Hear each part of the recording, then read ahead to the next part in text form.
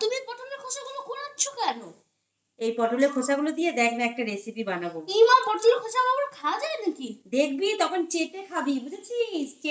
তো বন্ধুরা দেখো, আমি পটলের খোলা বাটার জন্য কি কি নিয়ে নিয়েছি। পটলের খোলা, অল্প একটু ধনেপাতা, রসুন কোয়া, কাঁচা লঙ্কা, একটু টমেটো। তো চলো সবার প্রথমে আমি কড়াইতে দেখো কড়াইতে কিছু কালো জিরে, শুধু কড়াইতে, গরম কড়াইতে আমি ঢেলে নিলাম কালো জিরে। এখন ডালবে না, কেন না হলে পুড়ে যাবে। দিয়ে আমি এগুলো শিলনোড়ায় ঢেলে নিলাম।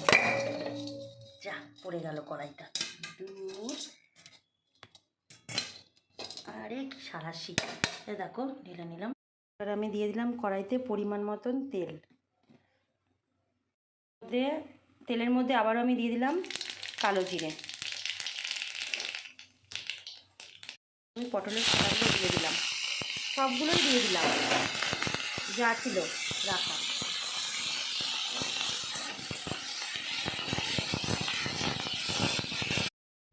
খানিকক্ষণ একটু এগুলো ভাজা ভাজা করে নেবে বন্ধুরা। এগুলো একটুখানি হালকা হালকা ভাজা হয়ে গেল, তো আমি এর মধ্যে নুন, পরিমাণ মতন হলুদ, পরিমাণ মতন দিয়ে এগুলো একটু নেড়ে চেড়ে নিলাম। এর মধ্যে কিন্তু জল পড়বে না, এটা এরকম ভাজা ভাজাই হবে। দিয়ে গ্যাস কমিয়ে একদম চাপা দিয়ে দিলাম। তো বন্ধুরা দেখো হয়ে গেছে ভাজা ভাজা, সব সেদ্ধও হয়ে গেছে, সব সেদ্ধ হয়ে গেছে। এবার আমি এগুলো শিলনোড়ায় দিয়ে দেবো। শিলনোড়ায় দিয়ে দিয়েছি, এই যে কালো জিরেগুলোও আছে টেলে রাখা। এবার এগুলো একসাথে আমি বেটে নেব। তো দেখো ফ্রেন্ড, এই যে বাটা হয়ে গেল, আরেকবার বাটতে হবে। তো আমি বেটে নিচ্ছি, চলো আমি বেটে নিই। তো হয়ে গেল খোলা বাটা। দেখো বন্ধুরা, এই যে পটলের খোলা বাটা পুরো রেডি।